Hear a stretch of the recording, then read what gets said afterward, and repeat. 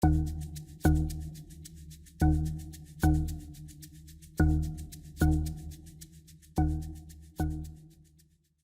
from Washington, D.C. Well, tomorrow is Inauguration Day, so we're going to have a President Joe Biden and a Biden administration. What I wanted to do today was talk about three areas. The first one is, what do I expect we're going to hear from President Biden during his inaugural address? What's going to be his points? The second thing is, what are the things that I think that President Biden needs to have in his inaugural address in order to set the way to actually maintaining the keys to the White House in 2024? Yeah, 4 years from now. And the third thing is, what, in the view of Americans, what are the top 5 items that they're concerned about? Now, when I tell you the top 5, go down to the comments below. Tell me if you agree or disagree with those top 5. Is your perspective something different? So to start with, for those who followed my blog during the election cycle for the last 6 months, 7 months, I had taken Dr. Alan Lichtman's keys from predicting the next president, and I had manipulated those in order to be applied at the state level. What I wanted to do was actually go state by state, determine who would win that state, and then who would win the United States overall. Yeah, the only state I missed was Ohio. For those who've read my blog, tell me why I missed Ohio. Make that comment below. I think I need to do a video on that, but I wanted to wait till after the inauguration before I did it. All right, so what are the things from Dr. Lichtman that I think we should talk about? What do I think President Biden's going to talk about? And then what you as a population thinks is important. So let's start with you. What's interesting is The Economist and YouGov did a poll last week, and they asked people, what is the most important items in your life? Well, the number one was healthcare and then coronavirus. This is very, very consistent with what I saw in polling data throughout the entire electoral season. It was more important for blue states. In some red states, it wasn't important at all. However, it right now is considered the number one. The number 2 item was jobs and economy, jobs in the economy. And I think the way that we're going to have to measure that for the next 4 years is looking at the Friday jobs report and the unemployment rate. So we'll have some more discussions about that later on. The number 3 was national security and policy. Number 4 was the climate change and that type. And number 5 was civil unrest, civil injustice. This is pretty consistent with what I've seen over the last year. So we'll take that as it was a decent poll, and typically YouGov polls are really good. Okay, so how do these mesh with what I think President Biden will talk about? Well, the first thing is President Biden's going to call for unity. Right, it's very divisive right now. I don't think anybody would disagree with that. So it's going to be this big push for unity. You also remember the majority of Republicans still approve of President Trump. His approval rate's extremely low overall, but still very high amongst Republicans. We can also expect him to start talking about a lot of his executive orders that he will do during the first week. And what I've heard is about 12 of them right now. First thing we'll probably hear about is the travel ban being lifted.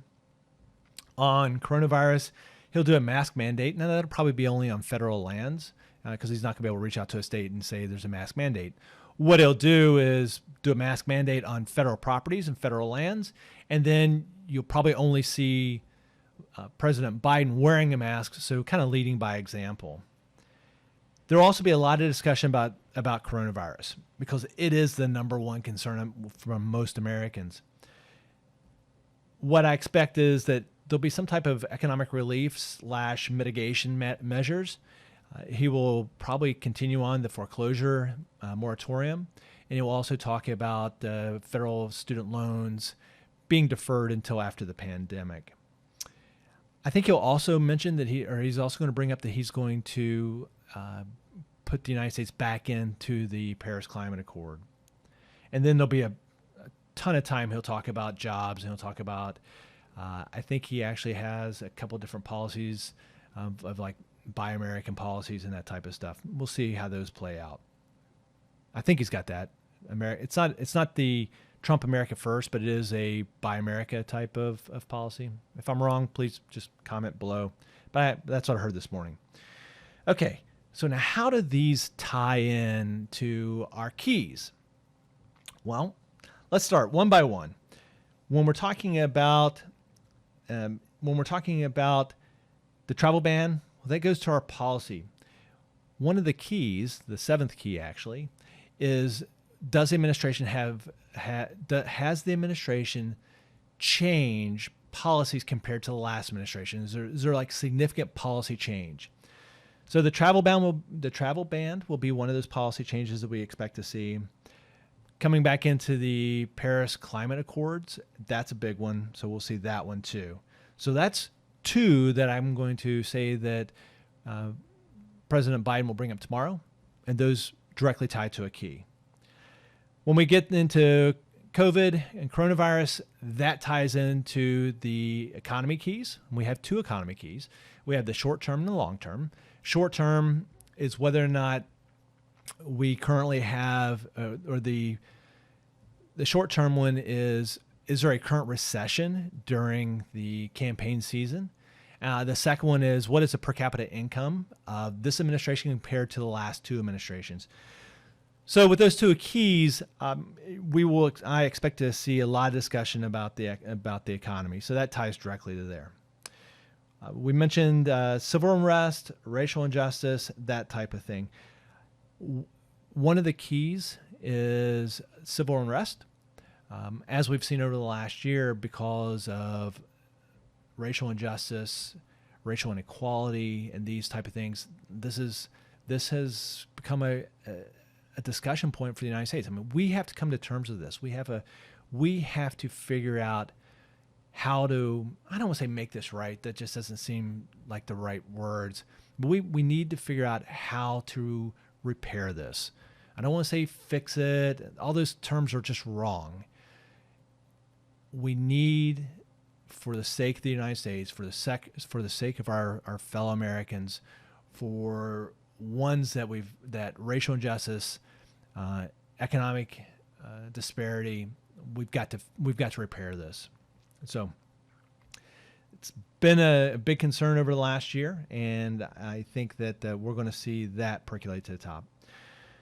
One of the things that I also have noticed about President Biden is anything that he thinks that he has done wrong in the past, he attempts to he wants to spend a lot of time and focus and repair that. And one of the things during the actual run-up was discussions of the crime bill. And I think that President Biden holds a lot of like personal responsibility, personal regret. Is that the best term? So I do expect to see the Biden administration focusing in on how do we fix economic inequality? How do we fix racial injustice? How do we fix our judicial system? We'll have another podcast or we'll have another video about that later on. But I expect to see a great deal of that discussion. And the thing of it is, it's important to all Americans. Back in October, I was traveling through Maine. And in Maine, everybody looks like me, bottom line.